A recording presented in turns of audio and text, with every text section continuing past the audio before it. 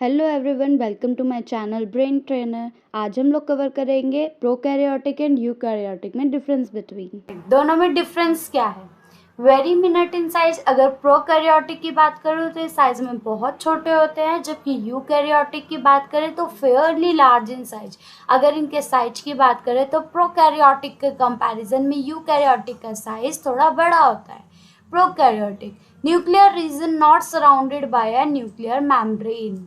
हमारा जो nuclear region है वो किसी भी न्यूक्लियर मेम्ब्रेन के जरिए सराउंडेड नहीं होता। इट्स मीन जैसे हम न्यूक्लियर मेम्ब्रेन क्या है, जैसे हमने ये एक सर्कल बनाया है, ठीक है। ये सर्कल हमारा क्या है, एक न्यूक्लियर मेम्ब्रेन, और जो इसके बीच में जो भी पोर्शन है वो क्या है, हमारा न्यूक्लियर रीजन, ठीक है। तो जो ये न्यूक्लियर मेम्ब्रेन है ना, वो नहीं रहता है प्रोकैरियोटिक के अंदर, जिस वजह से इसकी कोई डिफाइंड शेप नहीं होती, ठीक है। मैं ये नहीं बोल सकती कि इसका कोई डिफाइन न्यूक्लियस है, इसका कोई डिफाइन न्यूक्लियस नहीं होता। लेकिन इसी जगह मैं यूकैरियोटिक की बात करूँ तो जो न्यूक्लियर रीजन है वो सराउंडेड रहता है न्यूक्लियर मेम्ब्रेन के जरिए। इसका मतलब इसके न्यूक्लियस की जो न्यूक्लियस है जो इसका, उसकी क्या है, एक प्रॉपर शेप है, ठीक है। इसका जो न्यूक्लियर रीजन है ना, इसके अंदर वाला पोर्शन वो न्यूक्लियर मेम्ब्रेन के साथ क्या रहता है, अटैच रहता है, जिस वजह से मैं ये बोल सकती हूँ कि एक यूकैरियोटिक सेल है। Prokaryotic single chromosomes are present. अगर मैं प्रोकैरियोटिक की बात करूँ तो इसके अंदर सिंगल क्रोमोसोम्स पाए जाते हैं, लेकिन यूकैरियोटिक की बात करें तो इसके अंदर एक से ज़्यादा क्रोमोसोम्स पाए जाते हैं। Prokaryotic nucleolus are absent. हमारे प्रोकैरियोटिक के अंदर न्यूक्लियोलस नहीं होता, जबकि यूकैरियोटिक के अंदर न्यूक्लियोलस होता है। Prokaryotic membrane bound cell organelle are absent. हमारे कुछ सेल ऑर्गेनल क्या रहते हैं, इसके अंदर अब्सेंट रहते हैं, ठीक है। सेल ऑर्गेनल बोले तो सेल्स के अंदर के कुछ पार्ट्स को सेल ऑर्गेनल कहा जाता है, ठीक है। तो प्रोकैरियोटिक के अंदर कुछ सेल ऑर्गेनल अब्सेंट रहते हैं, जबकि अगर मैं यूकैरियोटिक की बात करूं तो यूकैरियोटिक के अंदर क्या है, हमारे जो सेल ऑर्गेनल है वो क्या होते हैं, यहाँ पर प्रेजेंट होते हैं, ठीक है। यहाँ पे कुछ सेल ऑर्गेनल क्या है, हमारे प्रेजेंट है।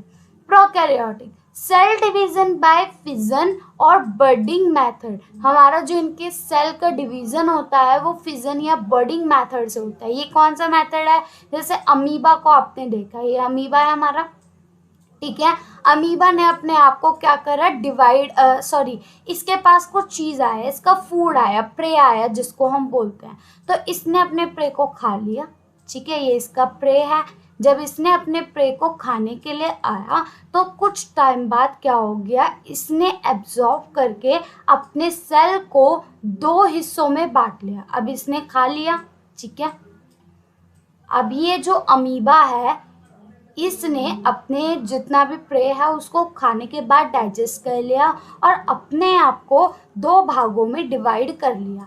इस मेथड को हम क्या कह रहे हैं, फिजन मेथड, या फिर बर्डिंग हमारा दूसरा होता है कि हमारे किसी भी प्लांट के अंदर एक बर्ड उगने लगता है और एक समय आने पर वो बर्ड टूट कर वहीं सॉइल में, या फिर अगर मैं बैक्टीरिया की बात करूँ तो वहीं गिर जाता है, वहाँ से वो नया क्रिएट होना शुरू हो जाता है। ये हमने कौन सी है, हम अमीबा वाला कौन सा देख रहे हैं, फिजन मेथड देख रहे हैं, जिसके जरिए सेल क्या करते हैं, अपने आप को और ज़्यादा डिवाइड करते हैं।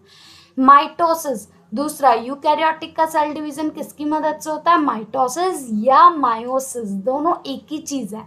इसके अंदर क्या है, इसी प्रकार से जैसे हमारे बाइनरी फिजन है, इसी प्रकार से सेल का डिवीजन होता है, लेकिन जो इसके क्रोमोसोम्स होते हैं ना, वो क्रोमोसोम्स इस तरीके से डिवाइड होते हैं कि क्रोमोसोम्स, जो टोटल क्रोमोसोम्स है उसके आधे क्रोमोसोम्स क्या होंगे, सेल्स के अंदर डिवाइड होंगे, ठीक है। तो ये हमारा किसका है, माइटोसिस और मायोसिस। इन दोनों, ये दोनों का मतलब एक ही है, लेकिन यहाँ पे मैंने आपको दो नाम से इसको दिखाया है। तो प्रोकैरियोटिक अपने सेल का डिवीजन करते हैं फिजन या बडिंग मेथड से, जबकि यूकैरियोटिक करते हैं माइटोसिस या मायोसिस से।